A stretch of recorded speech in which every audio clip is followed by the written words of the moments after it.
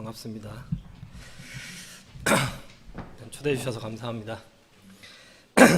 네, 저는 준비한 원고를 그냥 읽는 방식으로 가능하면 하도록 하겠습니다. 그래야 딴말을 안 하고 길어지지 않아서. 외부인의 시선에서 말씀을 드리면 세길교회는 자타공인 평신도 중심 교회로 잘 알려져 있습니다. 그리고 교회와 그 기독사회문화원에서 주관해온 다양한 강좌 및 학술, 교육 프로그램들로 인해 다방면에서 매우 열심히 공부하는 학구적인 교회 이미지도 갖고 있습니다. 아까 농담삼아 제가 홍 목사님께도 말씀드렸는데 한 30년 가까이 교회를 다니면서 신학위원회가 있는 교회는 처음 봤습니다. 저도 개인적으로 굉장히 부담이 됐습니다. 신학위원이라니. 그리고 다 교수님들이 거기 계셔서 너무 부담스럽고 아울러 교파와 교단을 초월한 종교 간 대화에도 적극적인 그런 열린 교회로 인식되고 있기도 합니다. 그래서 사실 세길교회에서 설교를 한다는 것이 제게도 매우 부담스러웠습니다. 어쨌거나 저는 한국교회 관례대로 하자면 평신도가 아닐 뿐더러 또 세길교회 교우님들처럼 목사이긴 한데 신학 공부를 그렇게 열심히 하지도 않고 또 이웃 종교와의 대화를 나누어 본 경험도 많지 않기 때문입니다. 그럼에도 불구하고 설교자로 초청해 주신 것을 영광스럽게 생각하고 또 두렵고 떨리는 마음으로 이 자리에 섰습니다. 홍인식 목사님부터 지난달에 처음 제안을 받고 틈틈이 이제 설교를 준비하는 중에 문득 세길교회에 대해 제가 의외로 아는 게 많지 않다는 생각이 들었습니다.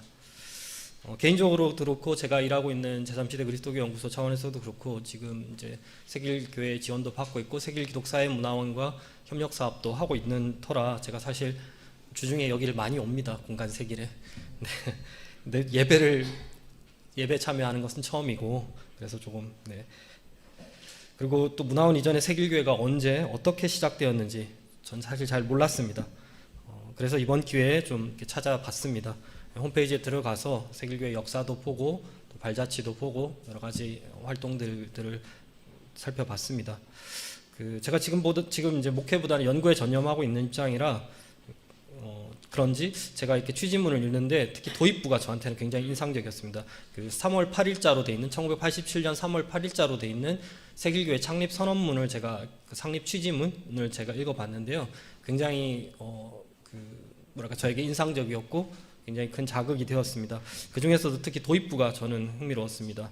우리는 복음의 뜻을 사회와 역사의 구체적 현실 가운데서 항상 되새기고 증거해야 한다고 믿으며 복음은 개인의 삶뿐만 아니라 사회와 역사도 함께 변혁시키는 힘임을 굳게 믿습니다.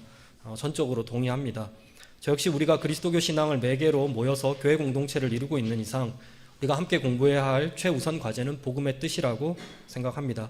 그러한 복음의 뜻을 탐구하기 위해서는 무엇보다도 성서를 열심히 읽어야 하고 필요하다면 좋은 신학 서적들도 같이 봐야 할 것입니다. 나아가 성서에 계시된 하나님의 말씀이 원리적으로 적용되고 사건으로 실현될 이 세계에 대해서도 우리는 열심히 공부해야 합니다. 물론 세계를 이해한다는 것은 단순히 세계에서 일어나는 현상에 대한 정보를 많이 습득하는 수준에 그치지 않을 것입니다. 우리의 공부는 복음의 뜻과 관련하여 인간과 하나님의 관계, 나아가 우리 인간들 사이의 사회적 관계가 오늘날 이 세계에선 어떤 새로운 형태를 취하고 있는지를 묻는 수준으로까지 나아가야 합니다. 이 세계의 상황, 즉 우리가 살아가는 세계의 사회 구조나 권력 형세의 동화가 어떠하기에 오늘날 계급적, 젠더적, 세대적, 지역적, 종족적, 종교적, 이념적 갈등이 끊이지 않는지, 우리는 또 그리스도인을 포함한 모든 개개인의 삶에서 나타나는 사회적 고통과 위기는 이러한 세계의 상황과 구체적으로 어떤 관련이 있는지를 질문해야 합니다. 그러므로 세계를 둘러싼 문제적 조건들이 복음을 갖고 있고 복음을 안다고 자부하는 우리의 삶을 또한 얼마나 규정하고 있는지, 그래야 지금 이 시간 이 세계 안에서 우리는 누구인지를 물어야 합니다. 궁극적으로 그런 우리가 가진 예수 그리스도의 복음이 이 시대 우리들 자신에게 구체적으로 어떤 의미를 지니는지도 다시 물어야 할 것입니다. 그것은 곧 복음의 뜻이 지금 어디에서 어떻게 무엇으로 누구를 통해 실현되고 있는가 하는 질문으로 직결됩니다. 저는 민중신학을 연구하는 민중신학자입니다. 민중신학에서는 복음의 뜻이 실현되는 계기 혹은 순간을 민중사건으로 개념하여 왔습니다. 그런데 만약 민중사건이 매우 드물게만 일어난다면, 그리고 우리가 살고 있는 세계가 언제나 그러한 민중사건, 민중의 자기 초월의 사건을 발생하고 또한 확산되는 것을, 그것이 영향력을 미치는 것을 끊임없이 저지하고 방해하려는 움직임이 일어나고 있는 세계일 수밖에 없다면 우리는 그러한 세계의 본질과 범위와 구조에 대해서도 엄격하고 비판적으로 사유해야 할 필요가 있지 않을까. 이것이 오늘날 저와 같은 젊은 세대의 민중신학자들이 민중신학을 계속하는 어떤 그 동기를 추동하는 근본적인 문제의식입니다. 세계가 바뀌고 있고 세계가 변화하고 있는 상황에서 계속해서 우리가 민중신학을 해야 한다면, 그렇다면 우리가 민중신학을 하는 해야 하는 이 바탕이 되는 세계의 어떤 성격과 세계의 변화를 함께 공부하지 않으면 민중신학을 할 수 없다라는 게 저희들의 문제의식입니다. 오늘은 그런 맥락에서 우리는 지금 이 시간, 예컨대 현재 여름학기 강좌가 진행 중인 세길과 제3시대 공동강좌 전환시대의 신학과 교회의 기획 취지문에서 제가 썼듯이 기나긴 팬데믹의 시간을 지나서 이제 막 엔데믹으로의 전환을 경험하고 있는 이 시점에서 좀 더 구체적으로는 저희 봄학기, 여름학기, 앞으로 또 가을, 겨울학기가 남아있는데 그 타이틀들을 보시면 어떤 취지로 이런 강좌가 기획된지 아실 수 있을 텐데요. 저희는 봄학기에 탈종교적 전환의 시대를 키워드로 강좌를 진행했고, 지금 여름학기에는 탈가부장적 전환의 사회를 향해서 지금 강좌를 진행하고 있습니다. 앞으로 또 탈식민주의적 그리고 탈자본주의적 사회 변혁이 교회와 사회의 어떤 공동 과제로 요청되고 있는 현실을 반영한 강좌들을 준비하고 있습니다. 그런 어떤 상황에서 오늘 이야기도 그런 시대적 상황에서 우리가 뭘 공부해야 되는지에 대해서 좀 이야기를 해보려고 합니다. 오늘 읽은 두 본문, 마태복음의 11장과 16장의 본문 역시 자신들이 살았던 세계에 관해 의문을 품고 예수에게로 찾아왔던 이들을 소개하고 있습니다. 먼저 읽은 마태복음 11장의 본문은 자기 제자들을 통해서 예수에게 질문했던 세례 요한이 등장하고, 뒤에 읽은 마태복음 16장의 본문은 예수에게 적대적이었던 바리새파와 사두개파가 예수를 찾아와 만나는 장면을 묘사하고 있습니다. 우선 뒤에 읽은 마태복음 16장 본문부터 살펴보겠습니다. 마태복음 15장에서 4,000명을 먹이신 후에 예수는 제자들과 함께 마가단 또는 막달라 또는 막달란이라 불리는 지역으로 이동합니다. 그리고 그때 바리새파 사람들과 사두개파 사람들이 예수를 찾아옵니다. 바리새파와 사두개파는 당시 이스라엘의 지배 계급으로서 사내들이나 불리는 이스라엘 공의회의 요직을 함께 차지하고 있는 그런 종파들이자 정치적 분파였습니다. 그 시대는 정치와 종교가 분리되지 않는 사회였기 때문에 이들은 정치적 분파이자 종교적 분파였는데요. 그들은 율법 해석이나 신학적 교리뿐만 아니라 가장 중요한 로마 제국에 대한 입장에 있어서 굉장히 다른 어떤 태도를 취하는 정치적 분파였습니다. 그래서 굉장히 대립하는 정치적 관계였습니다. 오늘날로 치면 날마다 싸우고 있는 집권 여당과 제1야당의 관계와 비슷하겠습니다. 마태복음이 참조했을 것으로 추정되는 마가복음의 평행 본문 마가복음 8장 11, 12절에도 보면 12절에서는 거의 유사한 정황이 나오지만 거기에는 바리새파만 등장합니다. 마태복음 내에서 또한 유사한 본문인 마태복음 12장 38절에서도 이와 비슷한 장면이 묘사되고 있지만 거기서는 율법학자들과 바리새파 사람들이라고 하고 있습니다.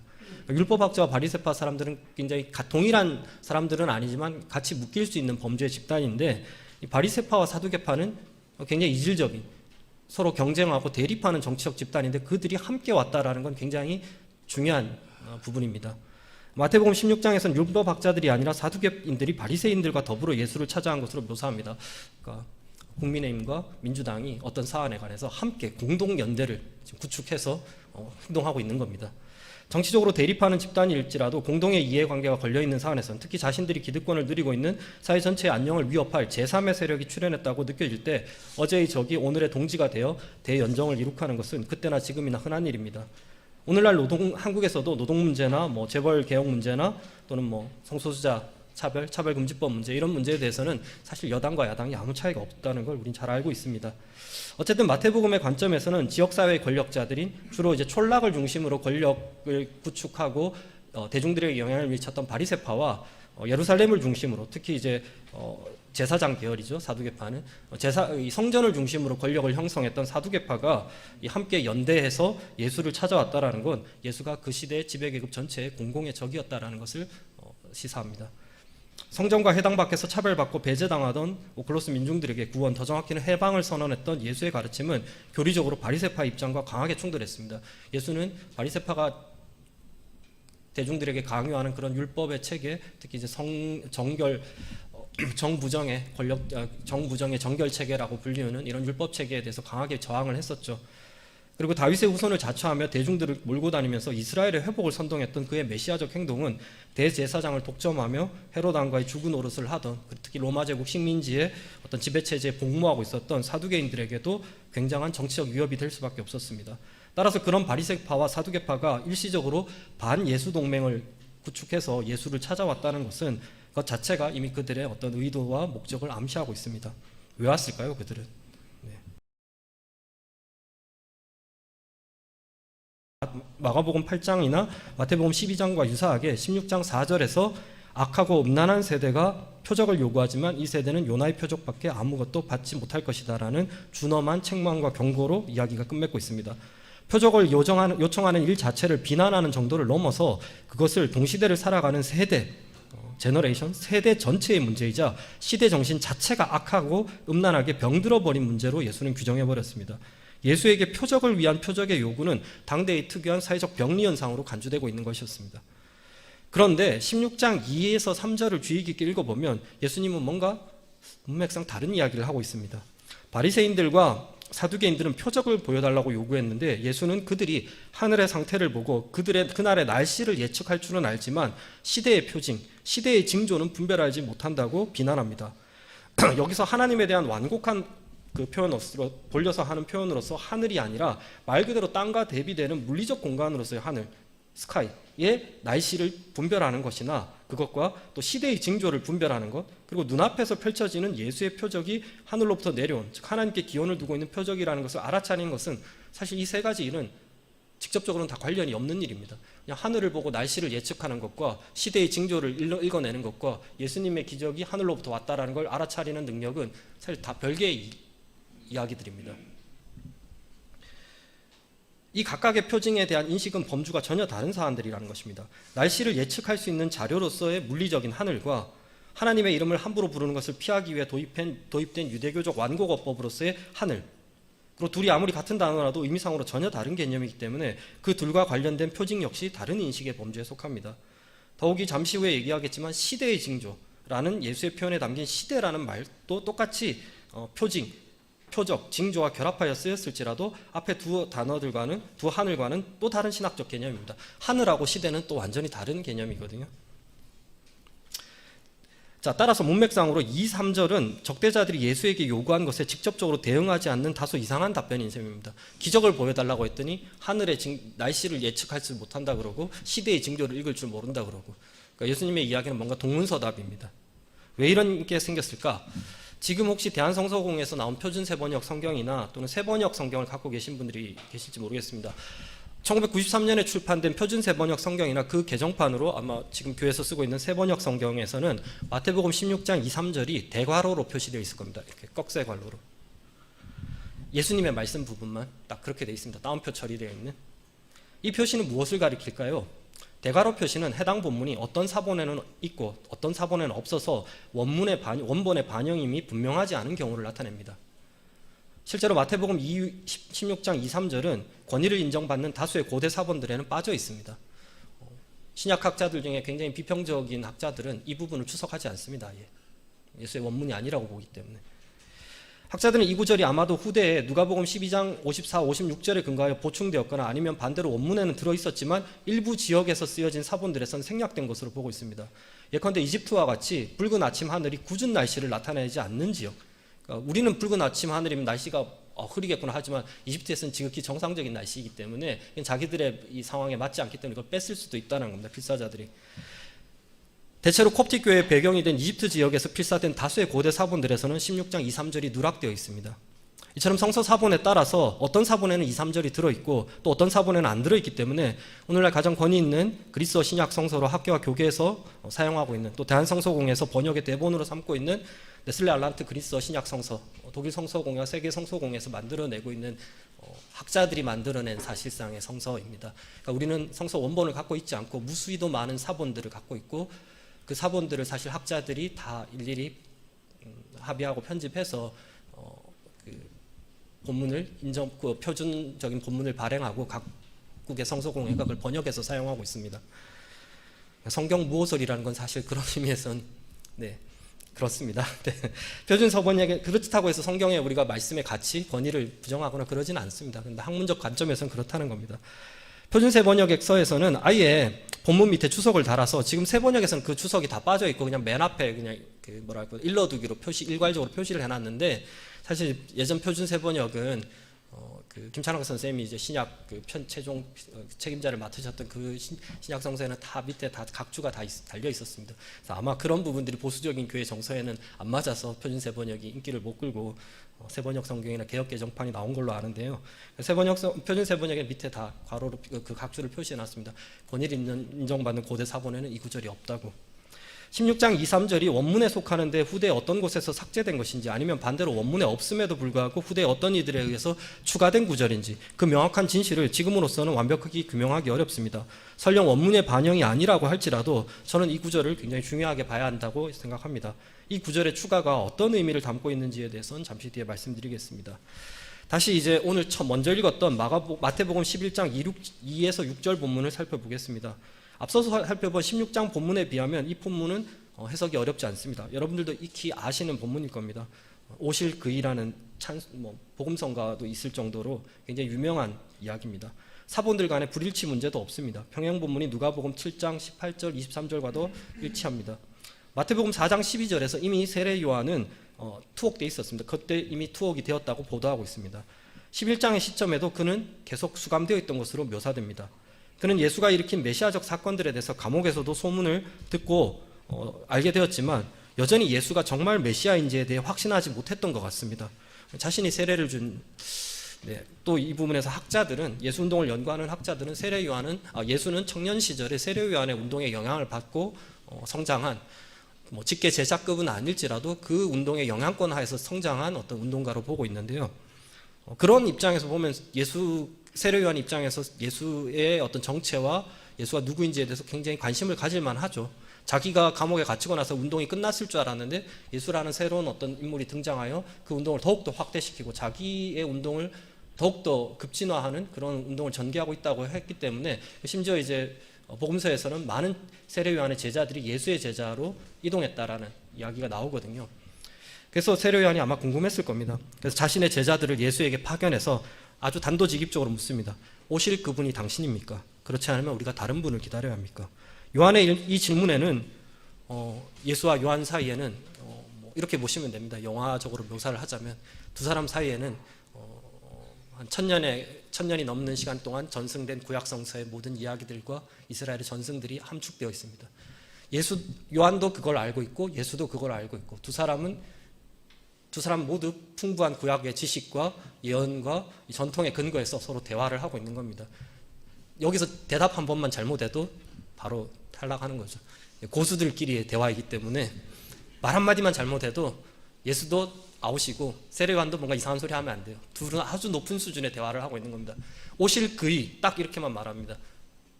아는 사람은 아는 거죠. 오실 그이가 뭔지 도대체. 그 질문의 요지는 단순합니다. 당신이 정말 메시아입니까? 요한의 질문은 그야말로 말의 yes or no입니다. 다른 대답은 할 필요 없고 yes냐 no냐 이것만 대답하라는 겁니다. 그런데 예수님은 뭐라고 답변했을까요? 메시아가 맞다고 했을까요? 아니라고 했을까요? 이번에도 예수의 답변은 동문서답에 가깝습니다. 질문에 대한 즉답을 회피하고 있기 때문입니다. yes or no로 대답하면 될 거를 쓸데없이 길게 얘기하고 있죠. 요즘 말로 투머치 토커가 따로 없습니다. 물론 앞서 살펴본 마태복음 16장의 바리새인들과 사두개인들처럼 요한이 감히 예수를 시험하기 위한 불순한 의도로 그렇게 질문했다고 보기는 어렵습니다. 그는 그리스도께서 하신 일을 전해 듣고 정말로 궁금해서 미칠 것 같아서 아마 감옥에 갇혀있는 자신의 한계를 무릅쓰고 예수에게 질문한 걸 겁니다. 사실 예수님이 들려준 기적들과 복음의 선포가 요한에게 그 자체로 새롭게 느껴지진 않았을 겁니다. 그도 소문을 듣고 이미 그런 사건들이 일어나고 있음을 알고서, 그렇지만 좀 더 확실한 답을 예수 자신에게 직접 듣고 싶어서 질문한 것이니까요. 그런데 만일 요한의 질문에 대해 예수가 내가 오실 그이다, 응 맞아 나야, 내가 바로 메시아야, 내가 하나님의 아들이야, 이렇게 답했다면 어떻게 됐을까요? 추측이긴 하지만 저는 예수께서 요한의 질문에 단순 명료하게 예스로 답했다면 오히려 요한은 예수를 가짜라고 생각했을 가능성이 높다고 봅니다. 이는 특히 마가복음에 나타나는 메시아의 비밀이라는 신학적 논제와 관련된 사안입니다. 메시아는 자신의 존재를 감춰야 합니다. 근데 다 그럽니다. 세상은 다 아는데 자신은 그 사실에 대해서 직설적으로 얘기하지 않습니다. 절대. 자, 이제 예수의 답변을 살펴보겠습니다. 예수는 질문자들인 요한의 제자들에게 그들 자신의 경험에 주의를 기울이라고 촉구합니다. 너희가 듣고 본 것을 요한에게 전하라는 겁니다. 그들이 듣고 본 것은 무엇일까요? 11장 2절에서 이미 언급되었듯이 요한이 감옥에서 전해 들은 그리스도께서 하신 일들이란 바로 5절에서 더욱 상세하게 얘기되고 있습니다. 눈먼 사람이 보고 다리 저는 사람이 걸으며 나병 환자가 깨끗하게 되며 듣지 못하는 사람이 들으며 죽은 사람이 살아나며 가난한 사람이 복음을 듣는다. 이게 기적의 이야기로서 이게 의미가 있는 게 아닙니다. 이 이야기가 의미 있는 이유는 이는 예수에 의해 행해진 6가지 유형의 특별한 표적들로서 마태복음 5장에서 7장에 기록된 팔복을 비롯한 예수의 산상설교를 즉각적으로 떠올리게 할 뿐만 아니라 8, 9장에 묘사된 일련의 기적들과 직접적으로 연관됩니다. 그것은 메시아의 시대의 징조를 예언했던 구약 성서의 표현들과도 완벽하게 일치하기 때문에 중요합니다. 이 이야기가 중요한 이유는 이게 그 자체로 기적이어서 중요한 게 아니라 이게 구약 성서에서 메시아의 시대에 일어날 일들이라고 이야기되었던 것들을 그대로 성취하고 있기 때문에 중요한 겁니다. 예수는 이걸 통해서 요한에게 답변을 하고 있는 셈입니다. 눈먼 사람이 보는 것과 다리 저는 사람이 걷는 것과 듣지 못하는 사람이 듣는 것과 죽은 사람이 살아나는 것은 이사야서에서 거의 동일한 형태로 또는 암묵적인 형태로 유사하게 발견됩니다. 특히 누가복음 4장 16절에서 21절에 묘사되고 있듯이 예수께서 회당에서 직접 읽으셨던 이사야 61장 1, 2절의 본문에 정확히 대응합니다. 주의 영이 내게 내리셨다. 주께서 내게 기름을 부으셔서 가난한 사람들에게 기쁜 소식을 전하게 하셨다. 주께서 나를 보내셔서 포로된 사람들에게 자유를, 눈먼 사람들에게 다시 보게 함을 선포하고 엉들린 사람들을 풀어주고 주의 은혜의 해를 선포하게 하셨다. 예수는 요한의 제자들이 듣고 본 구원 및 해방의 사건, 더 정확히는 그러한 사건이 일어나고 있는 지금 이 시간, 메시아의 시대의 징조들을 가리킴으로써 예수 자신의 정체에 관한 요한의 질문에 우회적으로 답변하고 있는 셈입니다. 누가복음 4장에서 이렇게 말씀을 끝맺고 있습니다. 이 성경 말씀이 너희가 듣는 가운데서 오늘 이루어졌다는 이야기를 돌려서 지금 요한에게도 들려주고 있는 겁니다. 내가 메시아인지 궁금하다면 지금 이 시간 예수 운동에서 무슨 일이 벌어지고 있는지를 보라는 것이었습니다. 시대의 징조를 면밀히 살펴보라는 뜻이죠. 그러니까 예수를 보라는 게 아니라 예수 운동에서 무슨 일이 일어나고 있는가를 보라는 겁니다.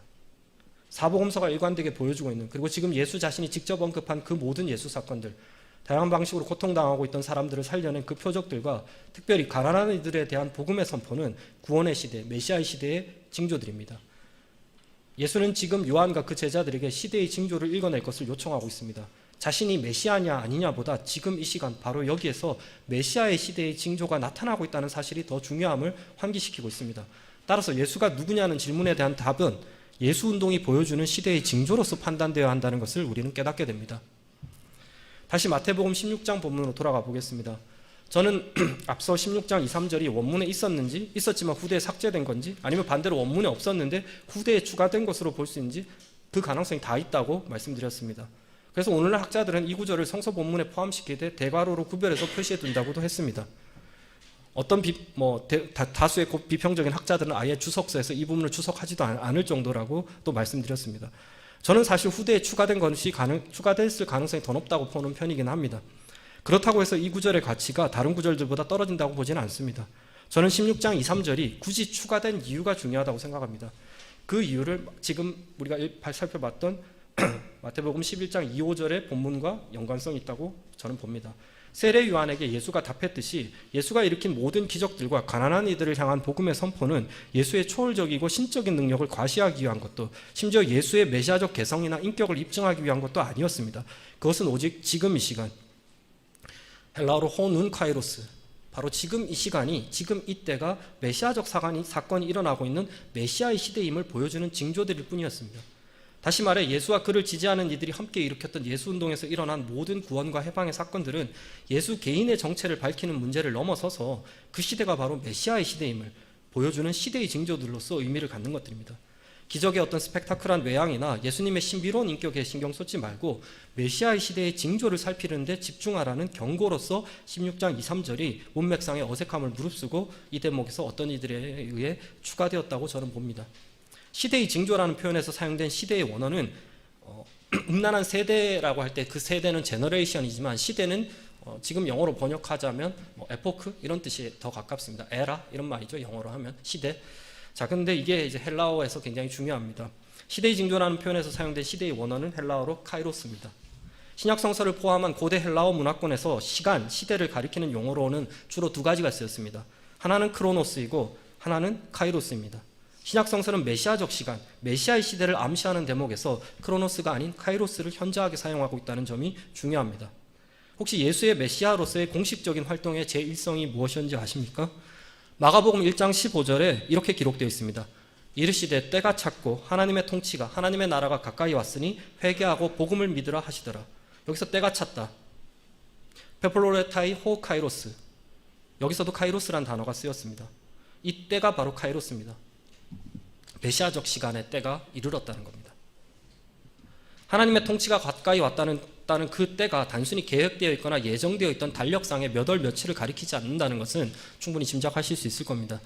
카이로스적 시간과 크로노스적 시간의 차이를 자세히 다 설명할 수는 없지만 간단히 요점만 말씀드리면 메시아적 시간은 크로노스적 시간, 즉 규정 가능하고 계산 가능한 연대기적 시간. 우리가 크로노스적 시간이라고 할 때는 달력의 시간을 말하는 겁니다. 또는 물리적 시계의 시간을 말합니다. 몇 월, 며칠, 몇 시, 몇 분. 인간이 만들어낸 시간 자체는 원래 그런 척도가 없지만 인간의 문화와 문명을 유지하기 위해서 시간의 척도를 만들어냈죠. 그게 바로 크로노스적 시간입니다. 지금 오늘 8월 20일, 지금 11시 30 몇 분, 이게 다 크로노스적 시간입니다. 자, 그런데 카이로스적 시간은 바로 그 크로노스적 시간 속에 있으나 그 크로노스적 시간으로 포함될 수 없는 어떤 시간, 그 시간과의 완전한 일치가 불가능한 그 연대기적 시간 안에 있지만 그 연대기적 시간을 끊임없이 빠져나가는 어떤 질적이며 결정적인 시간을 의미합니다. 예컨대 크로노스적 시간의 차원에서 보면 2014년 4월 16일은 4월 15일과 4월 17일 사이에 있는 날일 뿐입니다. 사실 아무 차이가 없습니다. 요일로 보면 365일 가운데 그저 하나에 불과하겠지만 2014년 4월 16일 이전으로 돌아갈 수 없는 사람들이 돌아갈 수 없게 되었습니다. 한국 사회는. 세월호 세대라는 말이 있을 정도로 2014년 4월 16일은 그 전과 그 후를 완전히 나누는 중요한 사건이었습니다. 우리의 삶은 그 이전으로 되돌아갈 수 없는 그런 사건들을 많이 갖고 있습니다. 어떤 이들에게는 1970년 11월 13일이, 또 어떤 이들에게는 1980년 5월 18일이, 87년 6월 10일이, 그런 날들이 우리 역사 속에는 있죠. 메시아적 시간, 메시아의 시대 역시 그와 같은 카이로스적 시간의 성격을 공유하고 있습니다. 예수님의 탄생과 더불어 그 도래가 예고되었고 예수운동이 시작되면서 본격적으로 그 의미가 드러났으며 그의 죽음과 부활을 통해 마침내 이 땅의 메시아의 시대가 완전히 도래했습니다. 그리하여 우리들 역시 지금 이 시간 메시아의 시대를 살아가고 있습니다. 예수의 죽음과 부활을 통해서 종말의 시간이 카운트다운을 시작했고 예수님이 이 땅에 다시 오실 그날에 이루어질 시간의 종말을 향하여 달려가고 있는 남겨진 시간, 남아있는 시간, 바로 그것이 메시아의 시대입니다. 우리는 지금 그 남겨진 시간을 살아가고 있는 사람들입니다. 교회의 존재의 의의는 이러한 메시아적 시간의 반복적인 경험 속에서만 획득될 수 있습니다. 민중신학자 안병무 선생의 말을 빌리면 말씀이 선포되고 성례전이 행해지는 자리, 다시 말해서 그리스도의 이름을 부르는 자리에만 그리스도가 현존하는가? 안병무는 그렇지 않다고 봤습니다. 메시아의 시대에는 결코 그렇지 않다. 그리스도의 이름도 모르고 예수의 이름도 모르는 곳이라도 고난당하는 민중의 현장에는 그리스도가 현존한다. 한국 민중신학 50년의 역사는 이 주장에 내기를 건 역사입니다. 한국교회 일반과 한국 민중신학은 이 주장에서 첨예하게 입장이 갈립니다. 교회 바깥에 그리스도가 현존할 수 있는가? 우리는 현존한다고 믿습니다. 민중사건의 현장에 그리스도가 지금 현존하고 있다. 안병무 선생은 한참 레디컬해지고 시니컬해졌을 때는 더 극단적으로 교회는 그리스도가 없다고까지 얘기했었습니다. 충분히 성서적 근거가 있는 이야기들이죠. 마태복음 25장 같은 데 소위 말하는 양과 염소의 비유 같은 데서 등장하는, 또는 소자의 비유 같은 데서 등장하는 예수의 메시지를 가지고 민중신학자들은 이런 해석을 했었습니다. 여러분들이 이 고백에 동의하시는지 안 하시는지 저는 잘 모르겠습니다. 혹시라도 동의하신다면 지금 이 시간 메시아의 시대를 살아가고 있는 우리에게 절실히 요구되는 것은 시대의 징조를 읽어냄으로써 역사의 흐름 속에서, 특히 민중사건 속에서 메시아의 현존, 그리스도의 현존을 알아볼 수 있는 역량입니다. 하지만 오늘날의 교회는 시간의 종말을 향해 부단히 나아가면서 지금 이 시간을 이미 시작된, 그러나 아직 완료되지 않은 종말론적 긴장의 상태로 받아들이면서 살아가는 태도를 잃어버린 지 오래입니다. 크로노스적 시간을 중지시키는 카이로스적 시간의 침입, 하나님의 통치를 이 땅에 도래하게 만드는 그 어떤 종말론적인 투쟁, 그 어떤 종말적 사건의 실현에도 교회는 관심을 두지 않습니다. 성서적 종말은, 제가 말씀드린 성서적 종말은 단순히 역사적 과정 및 지적 과정을 이미 주어진 목적의 실현으로 이해하는 목적론적 교리에 입각해서 역사가 영원으로 역전되는 어떤 역사의 종말 직전에 오거나 그것을 동반하는 어떤 극단적이고 최종적인 순간들이나 사건들을 가리키는 게 아닙니다. 시한부 종말론자들이 얘기하는 몇 월 며칠 몇 시에 종말이 일어나고 지구가 망한다, 이런 이야기, 휴거가 일어난다, 이런 이야기를 하는 게 아닙니다. 그런 종말론들은 사실 크로노스적 시간 안에 그냥 다 갇혀있는 종말론일 뿐입니다. 종말은 그런 개념이 아닙니다. 오히려 종말은 시간을 중단시키고 시간의 이질성을 말하는 것이고 시간의 이음매에서 어긋나 있는 것으로 드러나는 그런 어떤 사건을 가리킵니다. 정치적 근대성의 주체들이 어떤 셈법과 욕망으로 형성되는 존재하게 될 미래, 우리가 충분히 프로그래머할 수 있고 계획할 수 있고 기획할 수 있는 그런 미래로서 존재하는 종말을 얘기하는 게 아닙니다. 지금 이 시간 매 순간 우리의 행동 안에 이미 존재하는 미래성으로서 종말은 반목적론적이고 비결정론적인 종말론에서 속하는 시간의 어떤 사건을 말하고 있습니다. 종말은 지금 당장 일어날 수 있는 것을 말하는 것이지 몇 월 며칠에 예측 가능하고 예상하고 뭘 준비하고 그래서 뭘 바쳐라 뭘 해라 이런 이야기하고는 아무 상관없습니다. 지금 이 순간에 종말이 일어날 수 있다라는 것으로 살아가는 어떤 그런 시간성을 말합니다. 역시 안병무 선생은 이런 종말론적 사건성, 종말적 사건성, 종말성을 이렇게 말합니다. 종말성은 기존의 어떤 것을 전제하지 않고 기존 가치의 어떤 것을 전제하지 않고 모든 것이 끝나야 한다는 신념입니다. 그 안에는 자기 운명까지도 포함됩니다. 여기서는 너가 없고 제3의 것만이 있습니다. 이것을 혁명이라고 할 수 있겠으나 단 그것은 내가 너의 자리에 들어가기 위한 것이 아니라 나도 같이 망해도 좋으니 옳은 것이 승리해야 하고 옳은 세상이 와야 한다는 확신입니다. 이 확신이 바로 종말론적인 확신입니다. 이 확신 없는 종말에 대한 이야기들은 아무 의미 없는 이야기들입니다. 그건 그냥 크로노스적 시간 안에서 작동하는 종말론일 뿐입니다. 카이로스적 종말은 지금 이 체제와 대결하는 이 체제, 악한 체제를 끝장내는 어떤 시간의 침입, 그리스도의 도래를 말하는 겁니다. 안타깝게도 역사적 시간 속에서 구원의 경륜에 대한 지각을 잃어버리고 교회 자신을 포함한 세계의 종말과의 즉각적인 관계를 유지하려는 긴장마저도 사라짐에 따라 메시아의 시대의 징조를 읽어내고 교회 자신의 존재를 통해서 메시아의 현존을 증언할 수 있는 역량이 오늘날 기성교회에서는 좀처럼 발현되지 않고 있습니다. 교회는 예수 그리스도의 다시 오심을 예비하는 에클레시아 꼬민의 공간이 더 이상 아닙니다. 오늘 읽은 마태복음 11장 6절에서 예수는 아주 중요한 이야기를 합니다. 예수는 요한의 제자들에게 이런 말씀을 마지막으로 덧붙이고 있습니다. 나에게 걸려 넘어지지 않는 사람은 복이 있다. 이 말씀은 지금 이 시간이 메시아의 시대임이 확실하지만 그래서 눈먼 사람이 보고 있고 아까 이야기했듯이 죽은 사람이 살아나고 가난한 사람이 복음을 듣는 그런 메시아의 시대의 징조들이 분명하게 나타나고 있지만 모든 역사가 그리스도인들의 기대대로 좋은 방향으로만 전개되지 않을 것이라는 간접적인 인정을 담고 있습니다. 나에게 걸려 넘어지지 않는다. 예수에게 걸려 넘어지지 않는 사람이 복이 있다? 이게 무슨 말일까요? 예수가 우리의 스캔들이 되고 예수가 우리의 시험이 된다는 얘기입니다. 예수가 우리 삶의 장애물이 될 수도 있다는 거예요. 예수를 믿음으로 인해서 그 삶이 파탄날 수도 있는 그런 위험에 대해서 이야기를 하고 있는 겁니다. 실제로 초기 그리스도교가 겪었던 고난을 암시하고 있는 겁니다. 예수를 믿는 게 편하게 살 수 있는 게 아니라 예수로 인해서 걸려 넘어질 수도 있는 문제임을 말하고 있습니다. 예수께서 메시아라 할지라도 요한과 그 제자들, 예수의 지지자들과 당시 대중들이 일반적으로 고대했던 그런 메시아상에 예수님이 부합하지 않을 수도 있음을, 그래서 앞으로 수많은 이들이 실족하게 될 것임을 예고하고 있는 것입니다. 실제로 많은 예수 운동을 지지했던 많은 오클로스 민중들이 바라빠 이야기에서 보듯이 예수를 버렸습니다. 자신들이 기대했던 메시아가 아니었기 때문에. 메시아의 시대는 구원과 해방의 시대, 성령의 제3시대, 시간의 종말을 향해 달려가는 종말의 시대이지만 동시에 그러한 종말을 끊임없이 연기시키고 역사를 지속시키려는 힘이 강하게 작동하는 시대이기도 합니다. 그렇게 교회는 자신들을 이 세계 속에 잠시 머무르고 있는 나그네처럼, 마치 타향살이하는 이들처럼, 임시 체류 중인 이방인들처럼 인식하면서 우리 시대의 역사 안에 메시아가 현존하는 표징을 읽어내고 그 안에서 구원의 경륜을 사유하는 데 집중해야 합니다. 그러한 치열한 인식과 긴장의 태도가 사라지면 교회는 더 이상 메시아적 시대의 교회가 아니라 사실상 메시아와 무관한 그냥 일반적인 자기 존재를 유지하기 위한 그냥 이기적인 집단이 될 수밖에 없습니다. 이제 내년 제가 아까 말씀드렸듯이 찾아본 바에 따르면 내년 3월이면 세길교회가 창립 37주년을 맞이하는 것 같습니다. 하나의 가정입니다. 그때 만약에 37주년 기념식을 만약에 하신다면 그때 바울을 비롯한 초기 그리스도인들을 기념 예배에 귀빈으로 초대한다고 가정해 보겠습니다.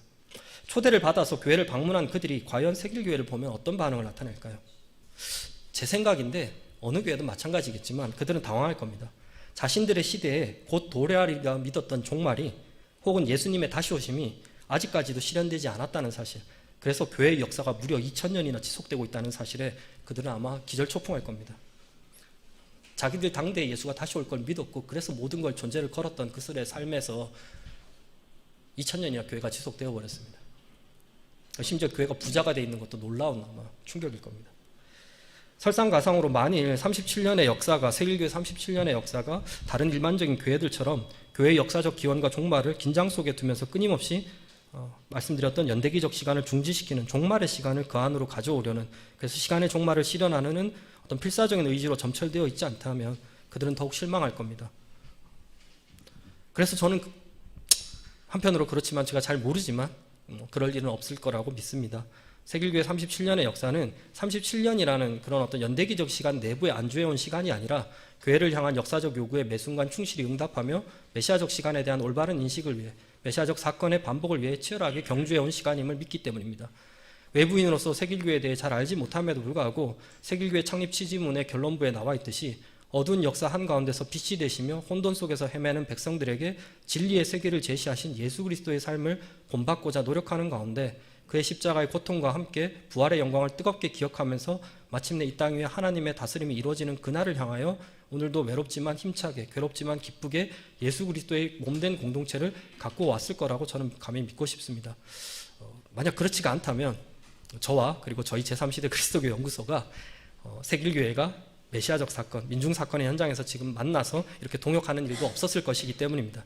제가 그걸 인정해야만 지금 저희가 함께 하고 있는 일들이 의미가 있고 역사가 인정이 되는 거기 때문에 저는 세길교회의 역사가 충분히 그랬던 역사였기 때문에 저희 제3시대 그리스도교 연구소와 만나서 같이 사역을 하고 있다고 저는 그렇게 감히 믿고 싶습니다. 그래야 저희의 사역도 인정이 되는 거 아니겠습니까?